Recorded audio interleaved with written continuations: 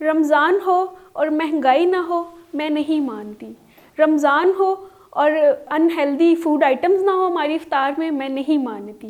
ان سب چیزوں کو مد نظر رکھتے ہوئے اور دیکھتے ہوئے ہم لوگ آپ کے لیے لائے ہیں ہیلدی اور ایکٹیو رہنے کے لیے ٹپس اور ٹرکس اور ہیلدی فوڈ آئٹمس جو کہ آپ بجٹ میں رہتے ہوئے اپنے کنزیوم کر سکتے ہیں اور آپ کی ہیلتھ پہ بھی اثر نہ پڑے اور آپ کو بلکہ نیکسٹ ڈے کے لیے بھی انرجی آپ کے اندر رہے۔ سب سے پہلے تو ہم اگر سحری کی بات کریں تو آپ ہائی پروٹین فوڈ کھائیں، اور ہائی پروٹین فوڈ آپ کو بہت زیادہ مہنگی نہیں چاہیے کہ آپ میٹ ہی کھائیں، آپ بینز کھا سکتے ہیں، آپ دلیا کھا سکتے ہیں، آپ چنا کھا سکتے ہیں، اس میں بہت اچھی ہائی پروٹین اور ہائی فائبرز ہوتے ہیں۔ بہت تھوڑی اچھے فیٹس جو کہ بٹرز ہو گئے، اس طرح کے اچھے فیٹس آپ کھا لیں تاکہ آپ کو جو سارا دن آپ نے فاسٹنگ کرنی ہے آپ کو اس کے لیے انرجی مل جائے۔ اور بہت زیادہ چائے یا کافی کا استعمال نہ کریں افطاری سحری میں، کیونکہ اس سے پھر آپ کو وہ ڈی ہائیڈریشن کا ایک ایفیکٹ ہوتا ہے۔ اور اب اللہ خیر رکھے مارچ میں جو ہے وہ ایک ہیٹ ویو کا کل ہمارے میٹ ڈپارٹمنٹ نے ہمیں ایک اعلامیہ جاری کیا ہے کہ اس میں تھوڑے سے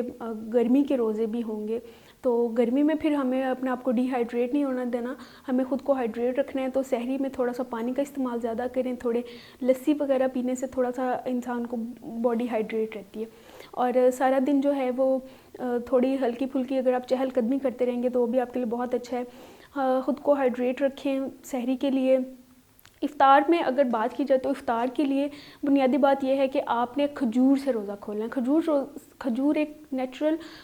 گلوکوز ہوتا ہے، اس میں نیچرل شوگرز ہوتی ہیں جو کہ آپ کی باڈی کے لیول کو بہت زیادہ بوسٹ اپ نہیں کرتی ہیں، اور شوگر لیول کو جو کہ آپ کی باڈی کے شوگر لیول کو بوسٹ اپ نہیں کرتی ہیں بلکہ آپ کو ایک اچھا انرجی لیول جو ہے وہ پرووائڈ کرتی ہیں۔ بہت زیادہ پروسیسڈ فوڈ اور آئلی فوڈ وہ نہ کنزیوم کریں بلکہ اس کی بجائے بیکڈ آئٹمس کھائیں، اور اس طرح کیونکہ ظاہر سی بات ہے پکوڑے اور سموسے کے بغیر تو ہمارے، لیکن آئل ڈیپ فرائیڈ آئل میں آئٹمس کھانے سے آپ اگنور کریں، اس سے اچھا ہے کہ آپ تھوڑا سا بیکڈ آئٹمس کھانی شروع کریں۔ اور اس کے ساتھ اگر اس افطاری کے بعد تھوڑی سی چہل قدمی، تھوڑی سی لائٹ ایکسرسائز سے آپ کے جو آپ نے سارے افطاری کی ہوگی، جو آپ نے فوڈ کنزیوم کیا ہوگا اس کو اچھی طرح ڈائجسٹ ہونے میں مدد ملے گی۔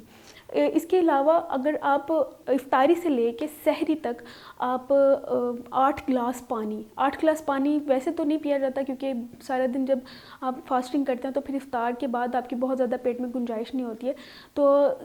ڈفرنٹ طرح کے جوسز وغیرہ میں جس طرح آج کل ہمارے پاس بڑا اس دفعہ مجھے تو بہت پلس پوائنٹ لگ رہا ہے کہ اورنجز بھی ہیں اور میلنز بھی ہیں اور واٹر میلنز بھی آ رہے ہیں، تو آپ کوئی اس طرح کی جوسز وغیرہ کنزیوم کرنے کی کوشش کریں۔ Juices in the form of juice کہہ لیں آپ، یا پھر آپ ویسے ہی کھا لیں تو وہ بھی بہت اچھا بینیفٹ ہے، اور آپ کو باڈی کو ڈی ہائیڈریشن نہیں فیل ہوگی، آپ ہائیڈریٹ رہیں گے۔ اور اس کے علاوہ رمضان جو ہے، میں ایک اور بات کرنا چاہوں گی اس کے اوپر کہ رمضان ہمارا ہولی منتھ ہے، اس کے اندر ہم نے اپنے اللہ تعالیٰ کے قریب ہونے کا ایک موقع ملتا ہے، ہمیں اپنے پرانے گناہوں سے معافی تلافی کا موقع ملتا ہے۔ یہ ہمارے لیے صرف ایک کھانے کا ٹاپک ہی کیوں بنتا ہے؟ ہم کیوں نہیں اس کو اللہ تعالیٰ کے قریب ہونے میں یا اس چیز میں انجوائے کریں؟ ہم اس کو بلکہ صرف ایک ولیمہ دعوت کی طرح ڈیل کر رہے ہوتے ہیں کہ سحری میں کیا کھائیں، افطاری میں کیا کھائیں۔ تو تھوڑا سا اس چیز کو آپ دیکھیں۔ امید کرتے ہیں آپ کو ویڈیو پسند آئے گی۔ پلیز چینل کو لائک اور شیئر اور سبسکرائب کریں۔